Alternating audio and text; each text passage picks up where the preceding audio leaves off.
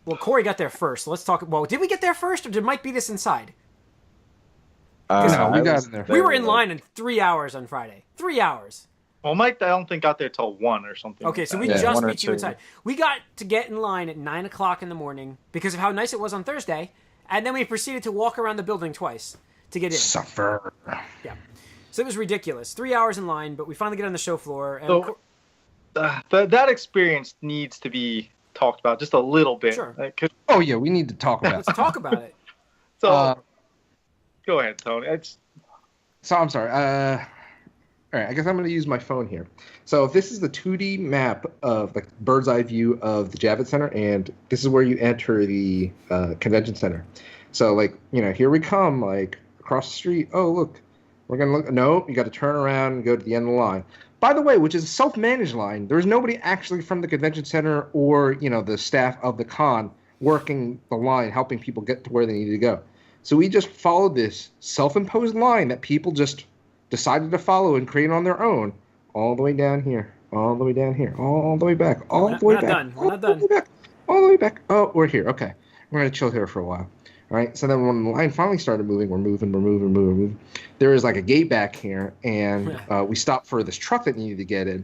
So while, by the way, while we were lying here, it had started like wrapping all the way around, in like a double line. Yeah. So people that were like going the opposite direction decided to cut us off. Tony, you skipped the part where we went actually- all the way back to the front. We actually entrance. got to the front. We went all the I'm way sorry. around. Wow. You know what? I tried to block part of this out because it was that traumatic for me. But yeah, so we got to the front, turned around, And then went because back. again, self-imposed line. We're like, what the fuck is going on? So on the way back, then Then we the got opposite direction. So did we go like this way We went and then turn around? We went back, Or did we turned go this around, way? we went back Is it true? down. Yeah, that way. That's We went right. that- Yep. That's right. So on the way back, then, which was dumb. Yep. We let this truck pass to get into the convention center because it's like, hey, it's got to deliver shit. And by the time the truck had moved, we had discovered that people just like basically were like just hopped over to the line and just cut like an hour wait. And we just started like being like, really, guys? Like, Yeah. we're not gonna know like who you're behind. Are you serious right now? And we just chanted like shame at them. Didn't do anything. They just stood there and like kind of ignored us. So I was like, F this. And I plowed through these people and I just wait. I was hoping somebody was going to say something. I was hoping somebody was going to say something. And this couple in front of us, the last two that were like cutting us off, pretending like they didn't know English, that I was talking to them and been like, hey guys, you cut in front of us. And they just didn't say anything to me. So I took a picture of them, tweeted at New York Comic Con, like the official handle, and then hashtag NYCC. I was like, thanks for the line management or the lack of it, because this lovely couple here just cut in front of us and circumvented an hour of wait in the line, and posted the picture of them. And then like 15 minutes later, while we're moving back into the convention center, I saw the girl in front of us. She's like on Twitter and sees my tweet, sees that it's her and her boyfriend, and like kind of like does a side back glance, and then like nudges her boyfriend, and like they get real close and like. And they, they're saying something in Spanish, and then like they just don't say anything. And I'm like, you know what? I'm not even really mad at you guys. It's really like the convention center I'm mad at, because they should be doing it. It No was line the management. Comic-Con staff.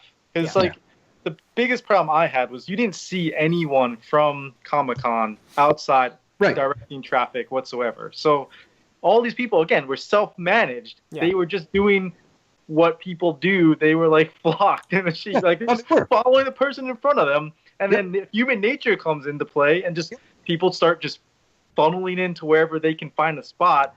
And so basically it's a shit show, and people are told to go one way, people are told to go another way. And the worst part is our friends Casey and Allie passed us coming during the back. Like, we're walking back along his phone. Who's friends? So Corey's and my friends, Casey and Allie, we're coming back across. They pass us. And then by the time they got to the front of the building, instead of turning back around like we did, the convention started letting them in. Mm-hmm. So they essentially got in exactly when we did. But here's the bonus. So when we finally like did like the double loop and we're coming back, like up here and go into the convention center, people that are crossing the street naturally just blended in with us. Yeah. Yep. Like, oh, you know what? We showed up like an hour and a half late. We're just gonna waltz in with you guys, and nobody was managing it. So like these people just got to walk into the convention center. And then as soon as you get in, there are a ton of Comic-Con staff people just standing around doing nothing, holding their dicks in their hands, just laughing and joking with each other. I'm glad that you took my line like that, because that's really what it is. It's just like I was waiting for you to say it, man. You can say, well, it's gotta happen. Gotta be said. I was trying to be polite. And what was this line for? And just a bunch of staffers just standing there with their dick in their hands instead of putting it in. Like, fucking do something.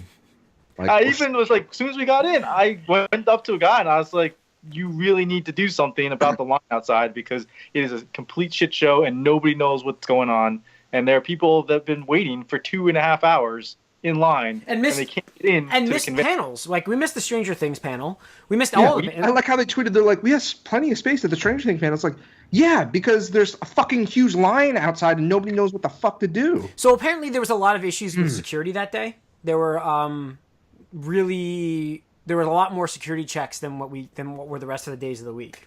So that's what apparently was holding up the line. That was their official response. Now, we know that there was nobody managing the line, and that was really what was holding up everything. But this was the line just to get in the place? Yes. So now you get there at 1 o'clock, right, Mike? Between 1 and 2. Yeah. And there's no problem, there's right? no line. Yeah. No line. People just were walking in. It cleared up almost because they started letting people in both sides. Like, the lines just dispersed, but we had to walk back around. It doesn't matter. Like, our group of people, like a couple hundred, had to walk back around the building. And then they just started letting other people in that were in line an hour and a half later. Not just one block building. No. It's a two big building. blocks. It's a big building. Yeah. So. And the fact that when you got in, that nobody had queued up for the panels because nobody was inside yet. Yeah, I mean, we got right to our Shield panel. We waited 2.5 hours, but there was still like maybe I'd say 30% of the people got inside at that point. And yeah, I mean, 70% of the people walked right in. Now, the way Comic-Con works, listeners and viewers, is you can queue up for a panel in the morning. That way you don't have to wait online all day and miss the convention. So, right, if you got into a panel. So what other places do, like San Diego Comic-Con, is like their main hall. And this is something I'm glad New York Comic Con doesn't do, is like if you want to see like the 1 o'clock Marvel or DC or whatever the big panel is that day, you queue up way in the morning, probably the night before, and you just start at the beginning of the day, whatever fucking panel it is. Like it could be like the My Little Pony panel or Barbie panel or some shit, because they don't kick you out after each panel. They just can let you stay there. Well, Hammerstein and MSG are like that. Yeah. I mean, that's the other thing I heard, that Casey and Allie stayed through 3 panels to get to the one they wanted. But I'm okay with those side panels diverting traffic away from the convention. Yeah. Like, I'm good with this. We got queued for Shield really easy. We walked right in at 12 o'clock after 3 hours online, went through the center and queued right up. And it was great. I mean, we at least got to see those panels. In fact, the convention altogether, while we were complaining about the line management and the crowdedness of it, Right. I had a great convention. Like, I got to see every single thing I wanted to see and get whatever I wanted to get. So, that I think that worked out great. But, Mike, when you get there, too, like, what did you guys do when you got there? What was your first stop? We just walked around pretty much for 4 or 5 hours. Okay. Which was hard. Yeah. Now, you got Mike's got it. For those listening and viewing, he's got a torn ACL. ACL or MCL? ACL. So you have a torn ACL. And so you weren't even going to go to the convention. But good thing you did. I mean, at least you got to experience a little bit of it.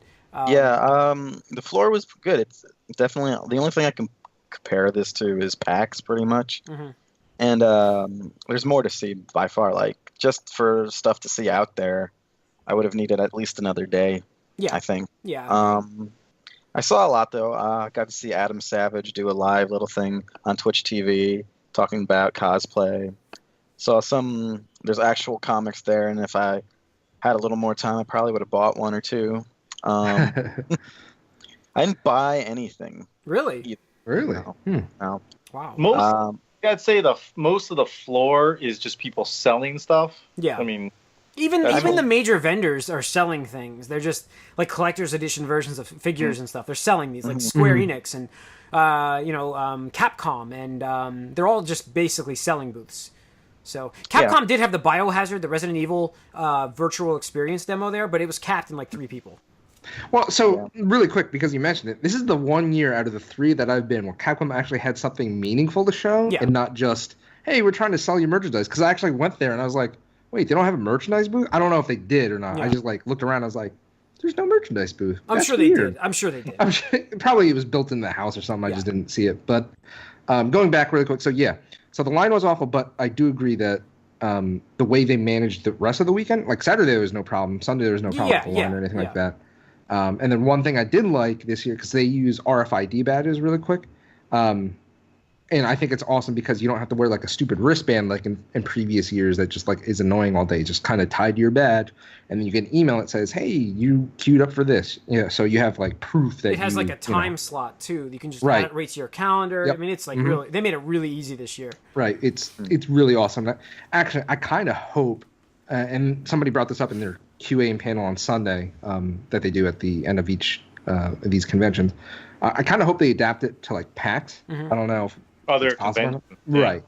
Well, Repop is the one that does PAX as well, so that would be like really easy to do. But all right.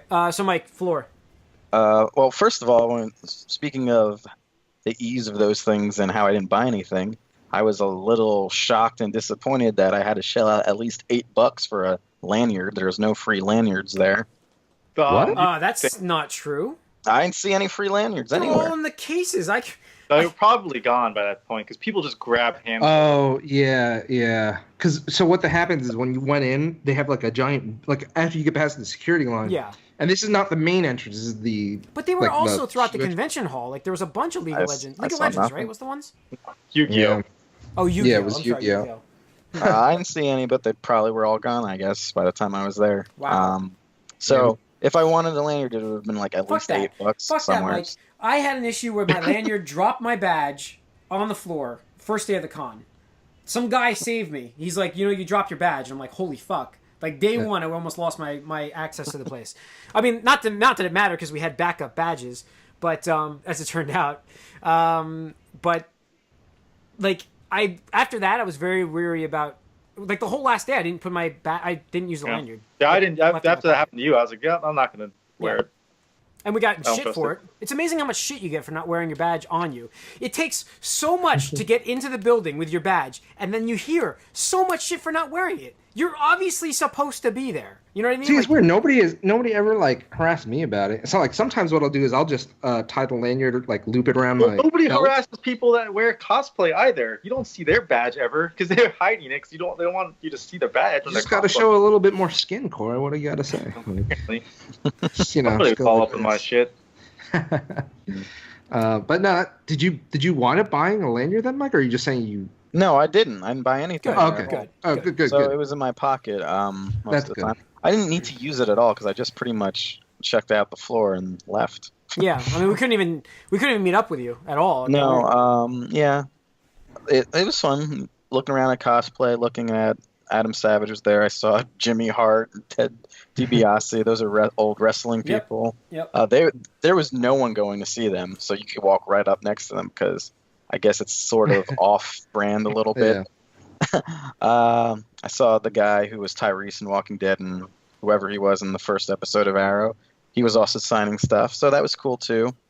Then when we went downstairs to look for you guys in line, which I have no idea where you were, I saw the list of all the people to meet. Saw David Harbour had a huge line, but I saw him in the distance. One of the original Star Trek actresses, I don't know her name, the black woman. I don't know. The woman who played Urahara? Maybe. She was there too, signing stuff, but not too many people were in her line. And the Blue Ranger, the original Blue Ranger, Billy. Billy was there. He was there too. I saw him too. I missed J. August Richards, who was an angel. Jason David Frank was there as well. You know that, right? Yeah, I saw the whole list. But those were the people I actually saw while I was looking for you guys. So yeah, I would have actually went and saw J. August Richards if I was like an hour or two earlier to look there because he was on Angel. You do have to pay for those. Yeah, I know.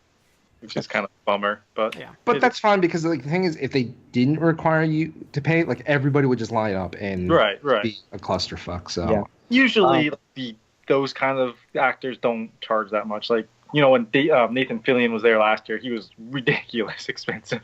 But Stanley's like $100. It's $100 for Stanley. Yeah, $100 for cash. either a photo or an autograph, And it had to be and cash. $200. Yeah, my girlfriend's friend actually went. She has some pictures on Facebook of them together. They went and saw Stanley. Oh. They had him just sort of like sitting there, and she said like he completely ignored everybody. He was just sitting there. mhm. That's disappointing. Yeah, to that hear. is disappointing.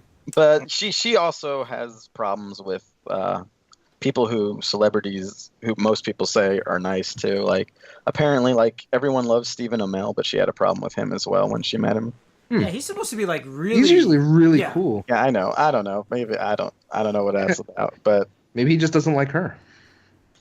Does she I have don't know. resting bitch face? yeah, a little bit. Is this the It's one that went to possibility. your party, or She was there. was she the one that like noticed the Dragonite or something? I don't know. No, that wasn't her. Okay. Anyway, yeah, she did a lot of cosplay. Actually, we met up with her. She and her friends. They're actually on most of the Comic-Con cosplay lists because they did the Hocus Pocus. Hocus Pocus. Oh, yeah. we saw them. Yeah. All Hocus Pocus sisters. We saw them in the line. That was the loop line. I think we passed them in the loop line. Yeah. They did a bunch too. They changed every day. Her group was so into it. It was a little obnoxious. They changed every day. She was Jade from Mortal Kombat by the end. Her boyfriend was Johnny Cage. Well, that's fine. I didn't know they were that big of nerds. They didn't come off that way at your party, but that's cool. Well, they're new into the nerds in the last couple. Oh, they're new. Marvel they're got them new to wave it. nerds. Well, They're Marvel if nerds. they're watching this, welcome. But No, that's awesome though. yeah, Yeah, no, they were way into. Lots of pictures for them. we used So to that do was that. We used to interesting. take so many photos at cons. Eventually, just kind of tapered off. Like our we don't take many photos now anymore. But we used to like- get together, like- and pull together it's all like- those shots. I didn't take a single picture either. I really just kind of man. walked around, took stuff in, kind of was in pain a little bit.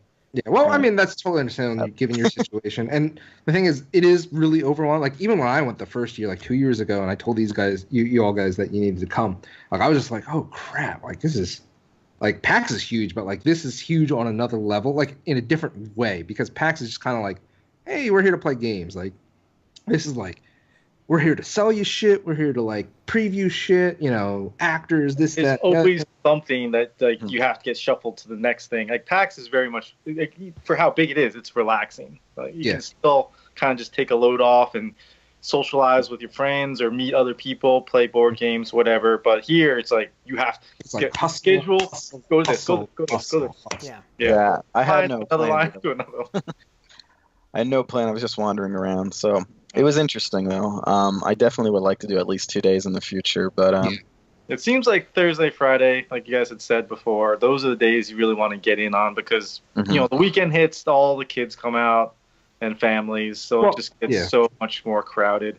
Right, like Saturday, like unfortunately they save a lot of the big name stuff for Saturday. Like Saturday, like half our day was like just out the window with waiting in line to get queued up for the stuff, and then getting Line to actually go. Right, Yeah. exactly. So that's why when I look at panels, I didn't go to. I really couldn't this year, but even with PAX, I really have to decide These are worth ahead of time. Am I really interested in this? This year, I would have probably wanted to go to Stranger Things and the Netflix Marvel. Yeah. But here's the thing. Here's the difference here.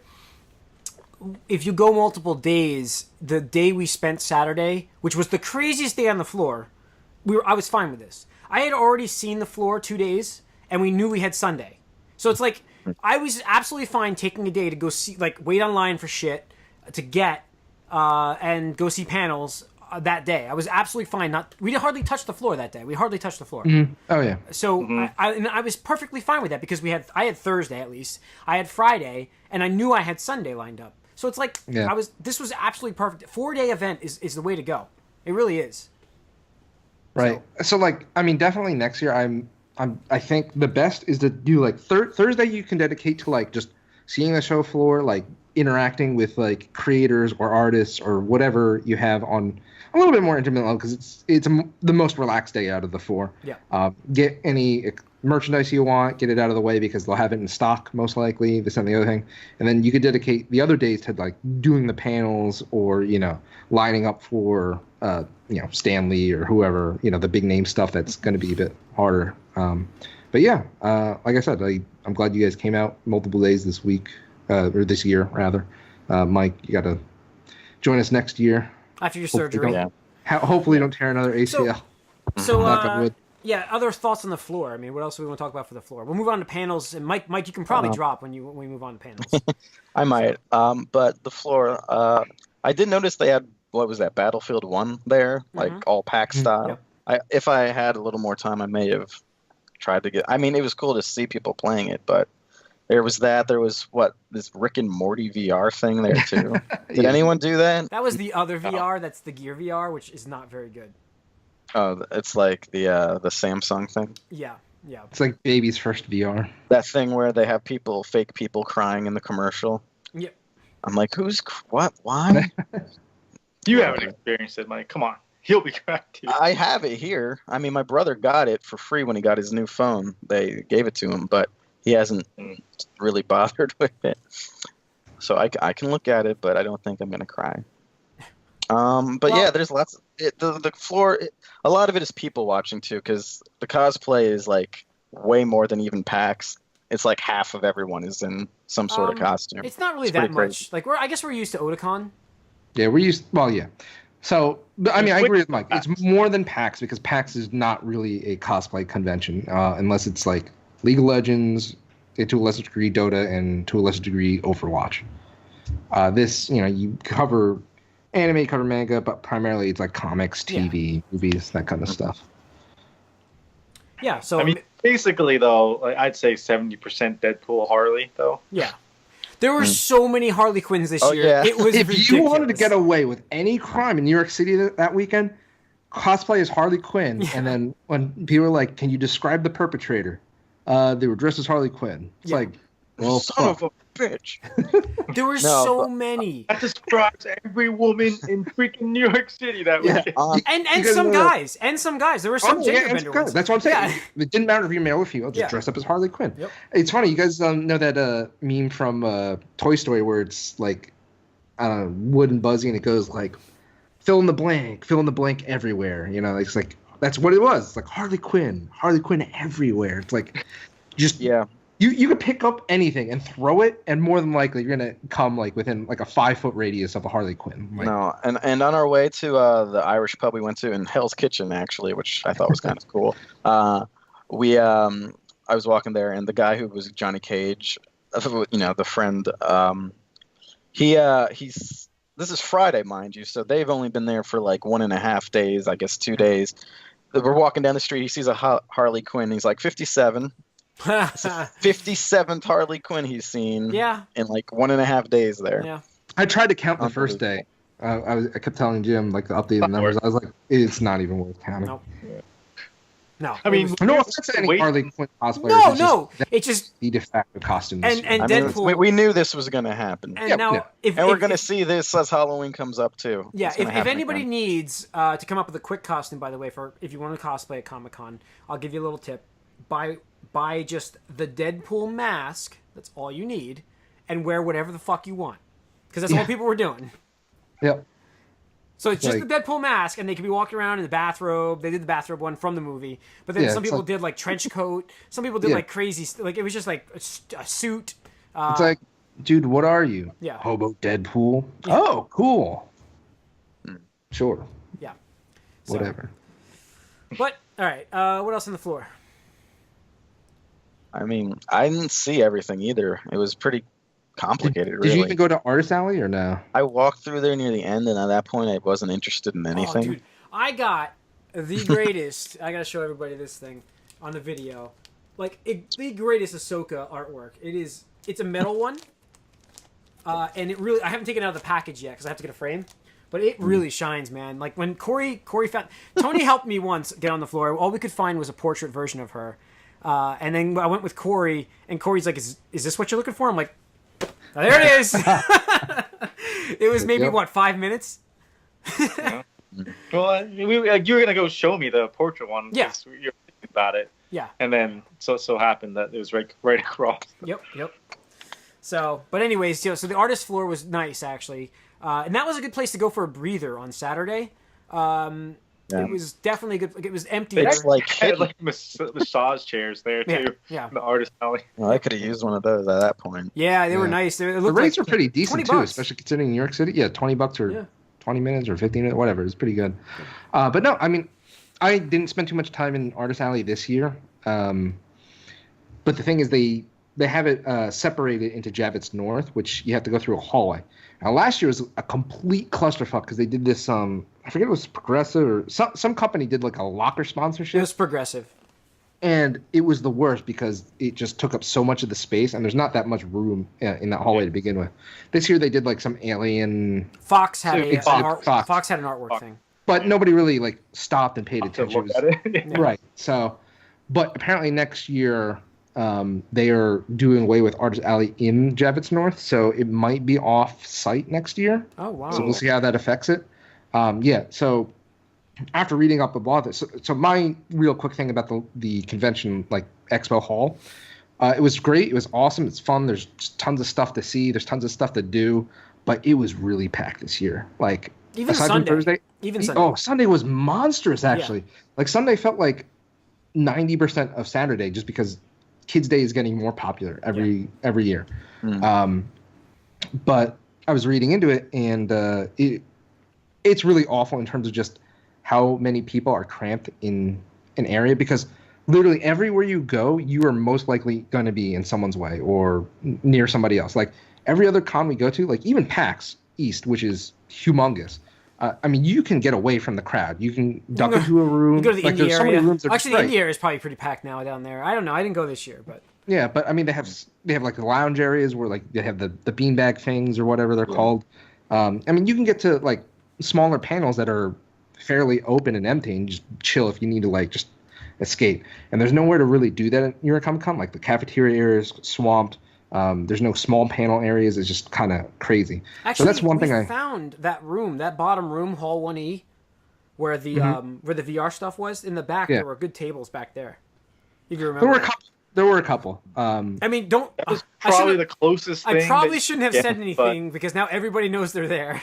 But That little outside area, if you go Oh, yeah. through the artist's alley and you come back towards the main area, Yep. that's where I sat down. There were some Yeah, we did- benches and stuff. I took a did little as well. break there. it's a good break. Yeah, area. we did take a breather there, but even that, I mean, most people are. We had to wait a few minutes for somebody to get up and leave. So that's one area I'd really like to see them improve, just because like it's a line for everything you want to do. You want to buy something, it's a line. You want to go eat, it's a line. You want to sit down with the food you just waited in line to eat. It's a line. Better have one of your friends sit down and get the food for them, because it's while you guys were just waiting, I had so many people come and be like, "Are these seats taken?" I'm like, "Yeah, they're taken." And they're like, "Urgh." I'm like, "What do you want me to do, man? Come on, you know how this works." But it just I mean, lines we upon. sat like next to an escalator at one point, just because that was the only spot we could So get. we're just like, well, we walked around for 5 minutes trying to find a table to eat at. It's like, fuck it, our food's getting cold. Let's just sit down. We're spending more time looking for a table than it would for just us to sit down and eat these chicken fingers and fries. People sat down in the middle of like wherever they were too. Like you just had to, if you had to sit down, you just sat down. Like there were people everywhere that like you couldn't do anything without bumping into something, like you said. Right. Yeah. So Corey, what was your feelings on the floor? I mean, I like the floor. It's definitely really cool to see and experience in person, because there's nothing like this. I mean, you go to small conventions or comic book expos or in like your local area, and they're cool and neat, but that's what they're there. It's just like going to a comic book store, but a little bit bigger size. Mm-hmm. Here, it's a spectacle. I mean, there's exclusive items all over the place. There are things that are just flashy signs. You get crazy experiences, and there's always something somewhere in the corner you missed somewhere. Like we didn't see things, and then like, oh wow, we saw this on day 3. Like Sunday, I was like, I don't think I've ever been to this place. Yeah. Yeah. So it's really neat, and I really do enjoy it. But like we've been saying this for the past 10 minutes, it's very crowded. And if you have a problem with crowds, you're gonna have a problem enjoying yourself in this Right. in the show floor.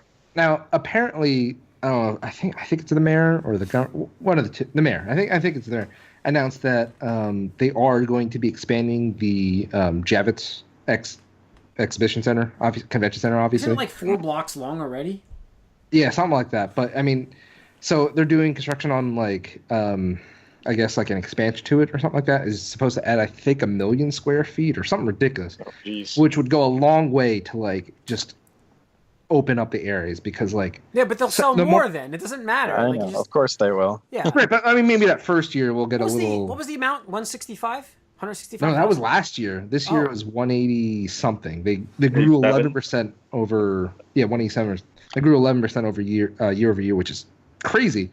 And that's actually something they talked about in the Q&A panel. So I think I mentioned it while we were at the con, but so what they were discovering was, and they're doing this for PAX East as well. So we got to be concerned about that because badges for those are coming out soon this month.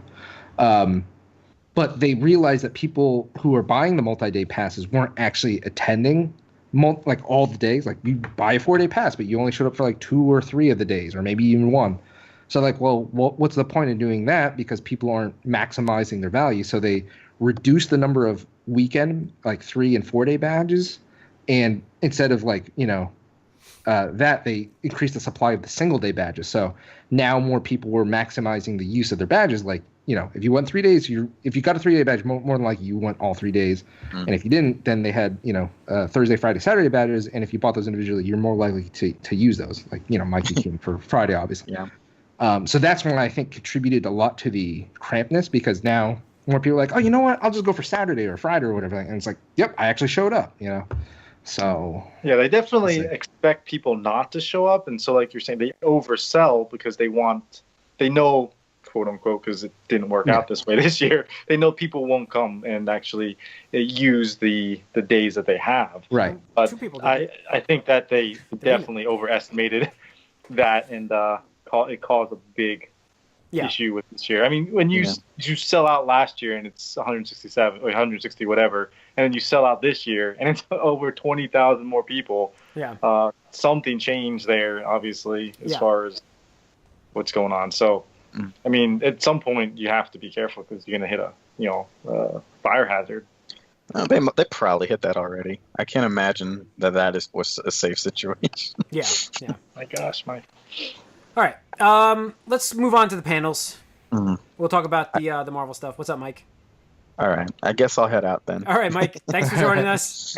All right, I'll let you know. All right. See you, buddy. See ya. All right, so listeners and viewers, so we went and saw two Marvel panels and Voltron, right? Mm-hmm. Yeah, that sounds about right. So first night, the Friday night, actually, we went and saw the S.H.I.E.L.D. panel. Let me just say, at this point in time, Clark Gregg, who plays Coulson on Agents of S.H.I.E.L.D. Wait, are we skipping Voltron? Oh, it was Voltron. Voltron was the first one we saw. That was in the afternoon. I thought that was Saturday afternoon. I'm mixing up days. Nope. All right, Voltron is first. So Voltron's the Netflix series that rebooted this year. And if you listen to our podcasts, Tony and I loved it. Really loved the series. They did a great job rebooting this series. And Corey came along anyways. Corey, you haven't watched it? Corey, you haven't watched it? You haven't finished it, have you? I watched it. Oh. I just missed the last 2 episodes. I haven't seen those last maybe. They didn't really spoil anything either. They showed us the second episode of the new season, which is obviously to leave us on the cliffhanger. So when we watch the first episode, we don't know what happened. So we got to see that, which was great. But we got to see the panel, which we got introduced to 2 of the voice actors voice actors. They're both actors. That's what actresses don't want to be called. The blue and the green lion. Yeah. So and then we got the writer, the creator of the show, and a lot of toy pitches, right? But the best thing, we got some great seats into the panel and with our little trick, which is going to stay a secret. Nobody needs to know this secret, but we get great seats. That's all you need to know. So, so we got to see that, and I don't know. I really liked the panel. I'm looking forward to season 2 for this. Like, it was really cool. It was really cool to actually have them talk about really the pressure of bringing back Voltron as a show, because it's been tried before and failure.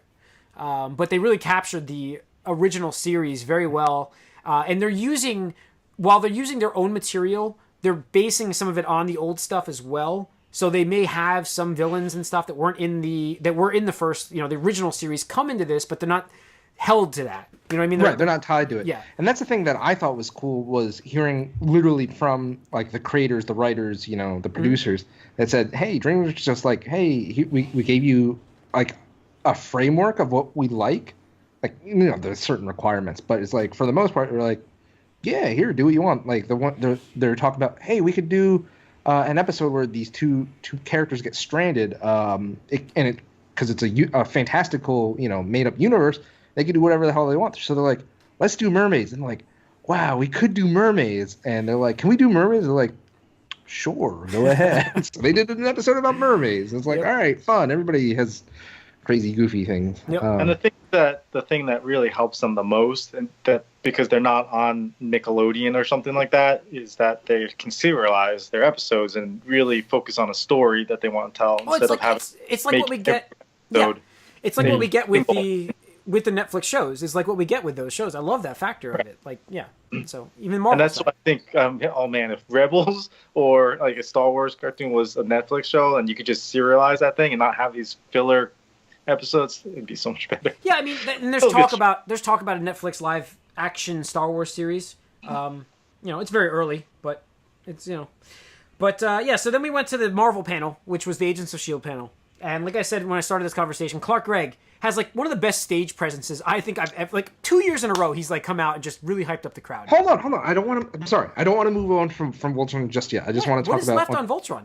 Well, no. You mentioned the toys really quick, and I want to say how excited I am for merchandise, because that's the one thing that like I was really missing, because when that came out, I wasn't really expecting, because I remember we talked about it on the podcast years ago, like, hey, DreamWorks and Netflix are doing, rebooting Voltron. I'm like, yeah, okay, that's dumb. And then it's like, oh, it's the people that did Avatar. I was like, all right, you kind of had my, curiosity, but now you have my attention kind of thing, to quote a movie. But I was like, holy crap, and I binge watched the shit out of that in a weekend.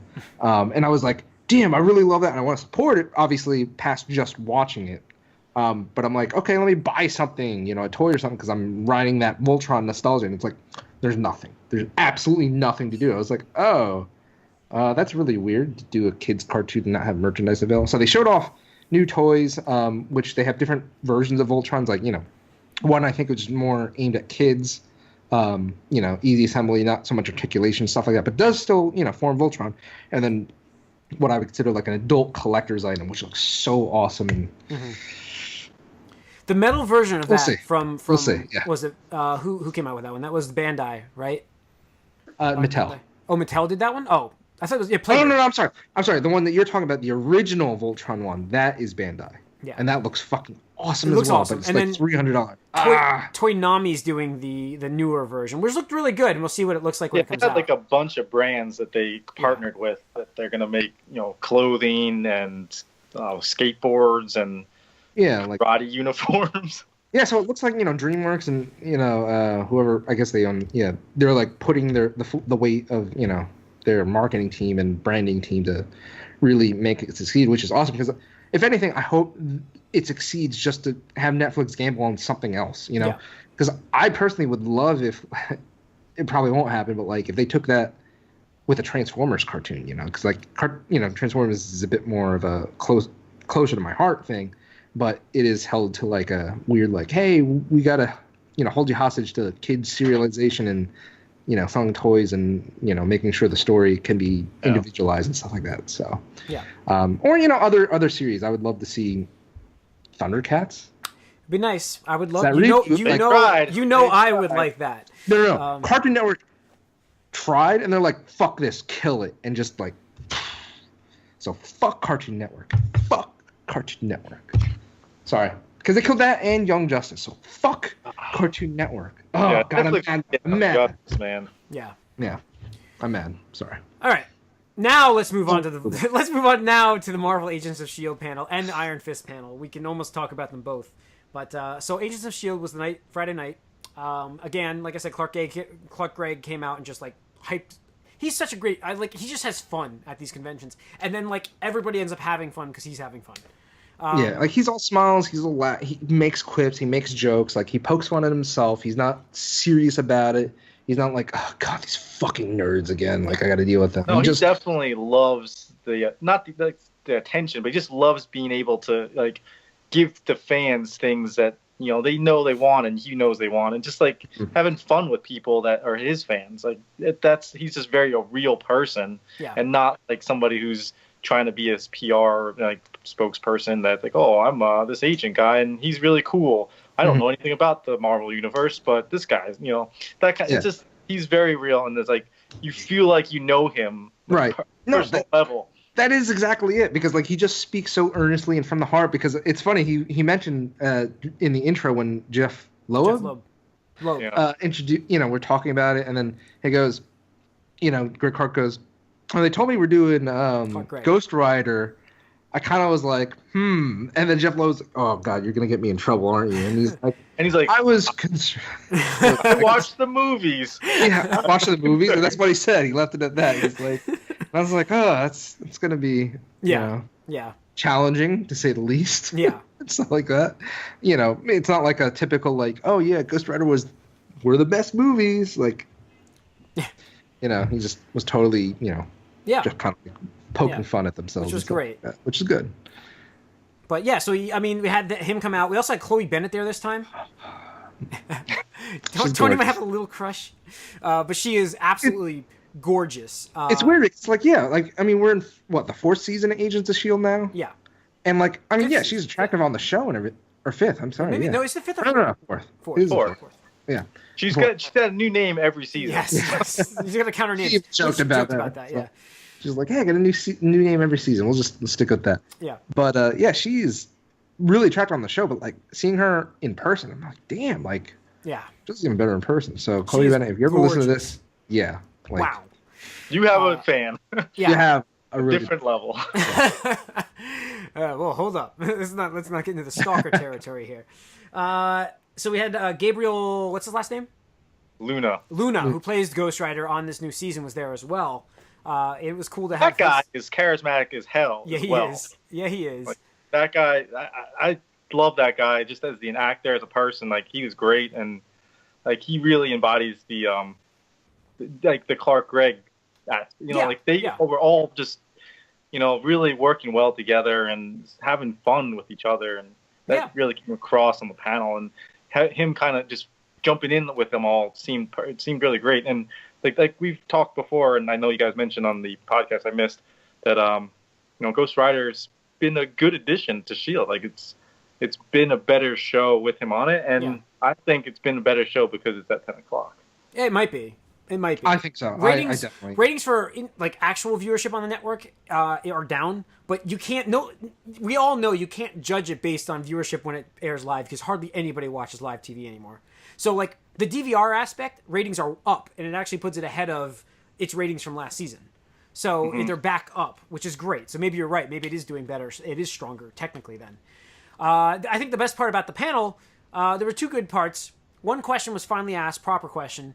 What about it's all connected? And Jeff Loeb actually said, stay tuned, rather than some cryptic response. Yeah, and the exact question was like, when will the Agents of S.H.I.E.L.D. finally recognize Netflix? It wasn't even the movies; it was Netflix. No, Netflix. Well, that's what I was getting to. He's like, when will the Agents of S.H.I.E.L.D. actually recognize what's going on in Hell's Kitchen? Like, he didn't even say like what's going on in the Marvel universe. It's like what's happening in Hell's Kitchen. Yeah.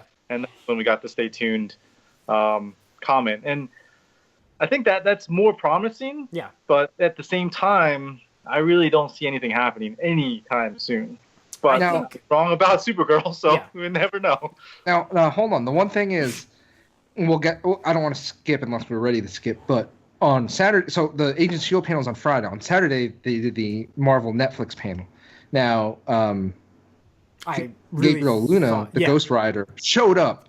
Netflix panel. I really thought that was going to be significant, especially when Jeff Loeb said, "Please stay tuned until I say go home." Please stay here until I say go home. It's over.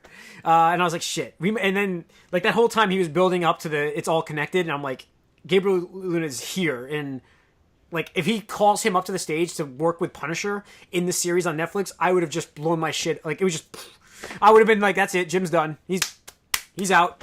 I think it went way too early, just because they really don't know what the response to Ghost Rider was going to be yet. Sure.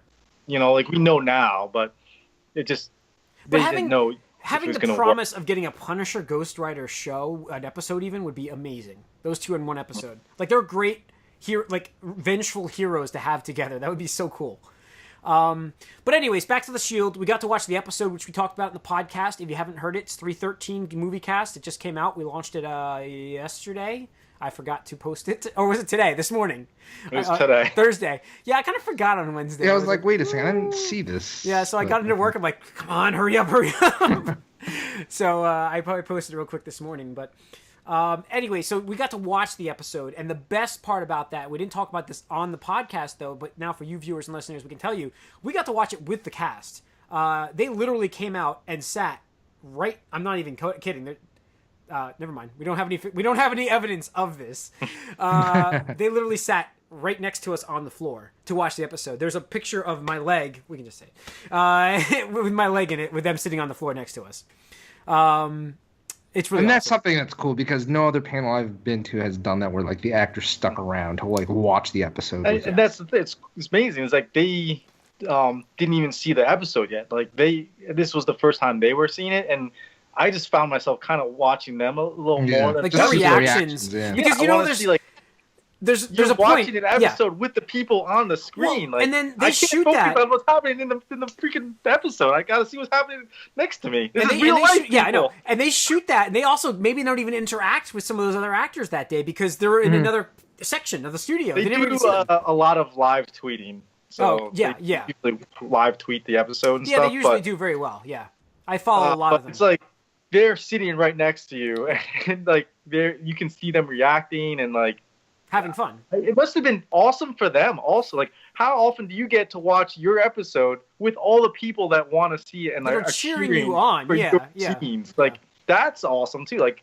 from their perspective, I it was just like a mind blown part, and it was like one of the highlights of awesome. Comic-Con. It was one of the best experiences that I've had at any convention. And I mean that totally made up for anything that happened during the morning. Yeah, thank God we got into that panel. And we got good seats because we have a secret. Ha. And then we had the Iron Fist panel, which again, like we said, on Saturday, Netflix's Iron Fist series. I'm going to just tell you, listeners and viewers, I'm psyched for this show. Like, I'm hyped for this thing. Like, totally. Whew. And the scenes we got to see, like we got to see some clips, which they're not going to release. Sorry, you're not going to be able to see them, but they were awesome. Like really awesome. And even some of them are going to change because we had the red dot. We finally know what the red dot means in the bottom left corner of the screen. If you see that, they haven't decided if that's the take they're going to keep. So we found that out on S.H.I.E.L.D. But yeah, so we got to meet the cast and get some bombs dropped on us in this one. This panel was jam packed. Like this was like it literally was. This was a Netflix party. All it was people like interrupting like Jeff the whole time. So like. The guy from the Can you dig it? Yeah. He comes out, and then you get one batch, two, and like you're like, oh my god. Yeah. And then they drop the obviously bomb at the end, but like just going back to the Iron Fist, when they announced they were going to do Jessica Jones, Luke Cage, Iron Fist. This was way back, Daredevil. We were there. Yeah. Yeah. Well, I mean, even before they had anything. Oh, okay. Because they said the 4 shows they were going to do were Daredevil, Jessica Jones, Luke Cage, and Iron Fist. Iron Fist was the one I was most excited for, and I was anticipating the most. And it's, of course, the last one. Yeah. Just because, obviously, there's a lot more of a martial arts aspect to this, and I think the character is much more interesting. We've seen Daredevil before, and Luke Cage is kind of, we'll have to see how that show, ages. And Jessica Jones is interesting, but really didn't know anything about her. I knew more about Iron Fist, and I'm really excited for it. And the cast they have really shined over the panel, and they really seem to be loving what they're doing and excited for the show. And it's showing, in the scenes we saw. I thought that like it was amazing that they were there in Hell's Kitchen with us in like Hell's Kitchen, like Jared Sinder's in Hell's Kitchen, New York, and it feels like Netflix shows are New York Comic Con, like they're it's baby basically. Yeah. Like that's where it's born. And that's what Jeff Loeb actually said to the fans. I mean, he said like, you know, the line that, you know, you are our truest fan. You probably get that on every panel, but he's like, you know, this is actually where the shows were birthed essentially. So it's like this is its home. This is Netflix, right? And we want to give the you, you know, which is definitely awesome. And I totally agree with you, Corey. That it's like it. You know, these shows are all about primarily New York in some way, and it's like we are in New York, and we get that, I don't know, like I said, like relationship almost with the show. And like I think I even said to either one or both of you that like it's funny because like going to these panels for this many years now, like I do develop like I think a certain amount of like bias or like tie to it just because it's like I've been to the panel and it's like, oh man, like I know a little bit more than most like people your do. child, you want to see it succeed, and right. like it can't do any wrong. Like it's really you're a part of something from the beginning. It's kind of, you have this ownership on it. Yeah. So it's really neat. But yeah, I mean that was Iron Fist, and like we had some people in front of us who were super excited for certain characters, certain actors. It was always fun. So I can let the audience know now, our audience here, our listeners and viewers, if you've seen video of we'll move back. I promise we'll come back. But we're gonna just move to this Sigourney Weaver announcement being in Iron Fist. Bomb dropped. The bomb. No. Defenders. In the Defenders, I'm sorry. It's the villain in the Defenders. Not knowing who she's gonna play yet, but that was like out of nowhere. And like the people in front of us, have you seen video of the chanting of holy shit? The guys in our row right in front of us are the ones that started that chant. I can absolutely say that without a doubt. They started the holy shit chant. So we were like at ground zero of that. So yeah, it was just amazing atmosphere. Like I don't think I've heard it. Like Rosario Dawson had a massive like applause, like probably the largest of the main cast. She's the Coulson of the Netflix series. And then like it just kept escalating with Bernthal and then Sigourney Weaver. You know, and I skipped a couple. We'll get back to it. But Jesus, if you've seen the holy shit videos, that started ground zero with us. But anyways, let's go back.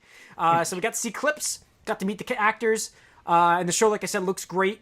So look forward to that March 4th, March 14th or something like that, right? Early March? Is that right? Anyways. It's definitely March 7th, maybe. Yeah, maybe it's 4th or 7th, somewhere in there. But, so that's coming out soon. And then they went on, and we got to actually meet, like we said, John Bernthal came out. But we also got the actor who played Diamondback on the show for Luke Cage. Yeah. He didn't get any limelight because he had to stay hidden. I'm not sure why they needed secrecy for him, right? Like, I just don't understand that, but... they wanted to keep that twist and... Spoiler alert, you know. But just like, they wanted to have something to be shocking, maybe. Yeah, so anyways, then we had the 2 batch with John Bernthal. That was amazing. To have him come out, like, the eruption of the audience was just ridiculous. It was like a wrestling event. It was really like... No, it really was, yeah. And the awesome thing is just because we went last year too, and like remember we talked about it, and if you go back to our podcast last year about it, like he was kind of like awestruck. He's like, oh crap, like these guys are really relying and depending on me to like nail this role. Like I'm so nervous about this. Like he even explained last year how he went to a comic book store. Bullets. He went to a comic book store and bought some Punisher comics as reference, and the comic book store guy just like looked at him and was like, don't fuck this up. And he's like, yes, I'm going to do my best. Like, I mean, and he made the same statement here. He's like, listen, I want to announce, even though it's already leaked, that we are filming this already. It started filming. And he's like, I swear we are doing all that we can to make this the greatest show, the greatest Punisher you've ever seen. And like, he's like dead serious about it. Like, you know, he is all business with that when it comes to that role. He's having a little more fun when he came out. Yeah. But then last year, he was just... He was looking down like when he was talking. He's like, he probably had never been like. Well, he was in Walking Dead, so he knew some of the crazies that could be out there. But like, there is ownership when you go to New York. Like we talked about just like a few minutes ago. Like you go into New York Comic Con in Hell's Kitchen, and you're gonna do a character in this town. You better be ready. Yeah. So he definitely was feeling that pressure this time. Yeah, he definitely had a little better handle on it. But still, you know, now it's his show. He definitely wants to prove that he can carry it. You know, because it's hard to carry a show, you know. So I think everybody is shown. I think almost everybody universally agrees that his episodes in Daredevil season 2 were the best by far. So as the Punisher, I mean, there are episodes with him that he wasn't quite. Just court scenes Yeah. Oh well, yeah. I mean, I'm sorry. Yeah. But yeah, it was cool. And then they teases for like, oh, this actress we're gonna bring her on the show, and it's like really awesome. Like I was like, this is where I like, thought we were gonna get like a Shield. It's all connected. Yeah. I really thought we were getting a Shield. Well, because Jeff Loeb says it's all connected right before, and then we get an actress who's on Daredevil. Not to say like Deborah Ann Woll is disappointing, because she's not. I think she's gorgeous. But and she's a great actress. I think she's done a great job on the show too.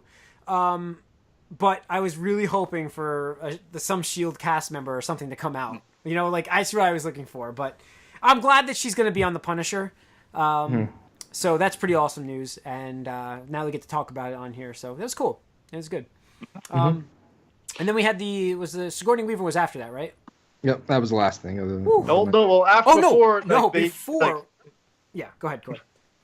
Well, no, they get him off, and then they bring out the entire Defender cast. So, I'm sorry, I totally forgot about that. That was awesome, seeing all of them. So I mean, they bring out because what's his name? Iron Fist comes out and is like, oh, some of our friends are here. Can they come out on stage? And obviously, you knew something was going on here, and so then they bring out Jessica Jones and Daredevil and Luke Cage, and oh my God, there was eruption there because you didn't expect it, but you hoped that was going to happen. We got to see it last year with them, and they even introduced them as the first. This is like going to be the only time you see these characters together before Defenders. But yeah, they bring them all out. Like you get Kristen, I forget her last name. Ritter.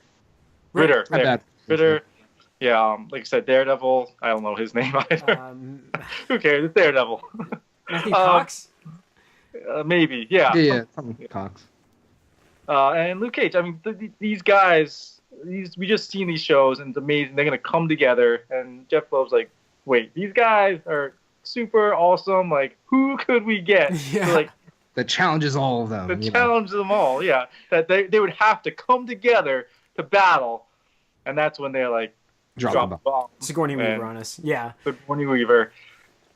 They announce she walks out, and then the row in front of us just starts standing on their seats. They were on their seats. Yeah. Holy shit. Yeah. Yeah. And then they got the actors to start chanting "Holy shit" with us all. It was great. Yeah. It was just amazing. It was amazing. That being that you can't describe what it was like to be there, to see that moment. Yeah. It's something that, again, made this all worth it. And yeah, that's what I'm saying. Like, really made the whole convention worth it. Overall, for me, this was the greatest convention I've been to. Awesome. Yeah. There's not a single aspect of it. I mean, with the exception of that one line, when going in, like everything else I wanted to do, I got to do. I felt like I still enjoyed the floor, even though it was crowded. I got my artwork I was looking for. I got some collectible figures. Some I'm keeping. I also got. The only thing I was regretting not picking up was that black and white Superman for my brother, because he probably would have liked that for Christmas. But whatever, it was his own call. So I think overall, and I got to try some VR stuff that I would never have played besides, because I'm not spending $1,000 on VR. Yep. So overall, I think this was my favorite convention I've been to. Yeah, and I had the most fun. Up there yeah, it's definitely different because you don't get these types of things at PAX. You get a couple of video game panels here and there that are cool, but you don't get the same. It's not the same. Like these shows that you're watching every week, and it's just really cool. And like the people that are there with you, and like just having that moment together is really fun. It's just something that I think you should experience once in your life. No, absolutely. And here's the thing is that, like, this, and I'm so glad like you guys decided to come out last year, and then for 1 or 2 days, and then this year you guys came out all weekend. Because like when I went that first year, and it was like, I was primarily just by myself, but it was just awesome. And I was like, man, like there's a lot to do. It's razzle dazzle, like we're trying to like woo you essentially. Because like the other conventions, like it's great, but like what happens for those is like usually during the day at PAX or something like that, we go out, break off on our own, do our own unique things, see what we want to do, and then we converse at night and do games or whatever. But this is kind of like a shared experience almost. I want to say it's like, guys, let's go do this. Like, okay, yeah, let's go do this, or like let's go attend this panel and stuff like that. And like I don't know, it just makes the experience like a lot more meaningful and like awesome and stuff like that. So glad you guys came out. Hopefully we can do this again next year too. Mm-hmm. Oh, I'm definitely going. Like I said, favorite convention. Oh boy. What? No, it's going to be much more difficult for me. Yeah, we'll maybe get you out one day. We'll try to get you out. We'll pick a panel and you get out for that day. No, definitely. I mean, I can't wait for the next Netflix and Marvel stuff. I mean, that again, those have been the highlights, and they just kill it there with those panels. And I'm super excited. I just really like what Netflix is doing with the Marvel stuff, creating that universe for themselves. And I know, like we were saying, it may all be hashtag connected, whatever, but not really connected. Yeah, we want to see the actual. I really do enjoy these shows, and to see these clips and to meet the actors, get to see them in person. It's really cool, and like I said, it's definitely something that you can't describe or really express by talking to you guys. Like we can do our best, but you really should experience it. Yeah. It's awesome. All right. I think that's it. We're good. Summing up. Yeah, we're definitely good. All right, listeners, let us know what you thought if you've gone. We know it was crowded, so let us know if you were in that 3-hour line. Write us a podcast at allyoucangeek.net. Follow us on Twitter at allyoucangeek. Also, subscribe to our YouTube channel if you're not there. Get over there. We have video of this stuff now, listeners, and now obviously you're viewing this. Hi. So yeah, we do give like a nice artwork presentation to our viewers now. You can see cool stuff. So tune into that. And tune in next week for our normal podcast, 314. Jesus, there's going to be a lot of stuff to talk about. PSVR is out, so stay tuned for that. I'm doing Rumors of NX next week. I believe it when I hear it. We'll see. We will see. All right, so that's going to wrap it up, guys. Tune in next week. Like I said, thanks for listening and viewing. See you guys.